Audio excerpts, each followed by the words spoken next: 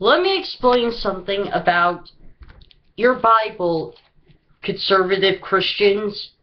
You have the liberal Christians, you have the secular Christians, you have, well, secular non-religious, but anyway. You have those two groups of Christians, you have those groups of people in all types of religions, and non-theistic religions, who know that pretty much the older version of each holy book is bullshit. It's nothing but violence and torture. And even liberal Christians know this about the Holy Bible. Like, if they look at the Old Testament, they're like, that's a vengeful God, and I can see why atheists have no belief in it, because clearly all this torture is spread out for most of the book. But when I was a kid, when I was growing up in a Protestant upbringing, well, I necessarily didn't grow up in a Protestant house. I was taken to Methodist church every Sunday, and I remember Jesus' teachings. They're ingrained in my head, like that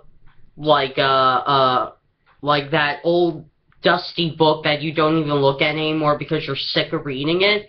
But I remember many of the things Jesus ever said, or was claimed to have said, and I never recalled Jesus' Sermon on the Mount, and which is my favorite out of all in the book of Matthew.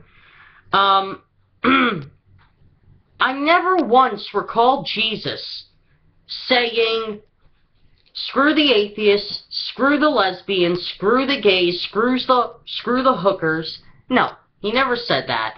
I mean, it's a pretty long thing.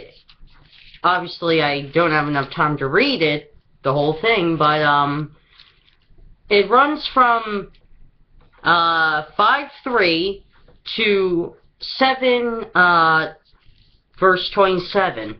But if you conservative Christians have enough time to actually read your own goddamn Bible, you would see that Jesus was not this vindictive guy that you make him out to be.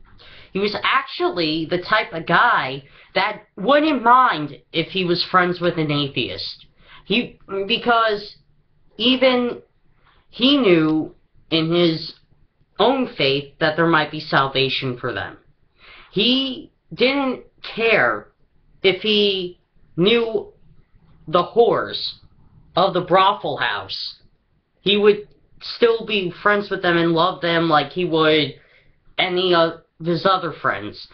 See, you take a guy who was created to be a peace-loving, non-violent, Palestinian Jew who was homeless, wore the clothes on his back, who didn't have any of these supernatural powers, but a guy who was a loving person and didn't give a shit who you were, what you looked like, where you came from, or how torn your clothes were. He still liked you for who you were. And that's what the character of Jesus has always been. Why would you want to take the only good thing from your religion and make it into something horrible?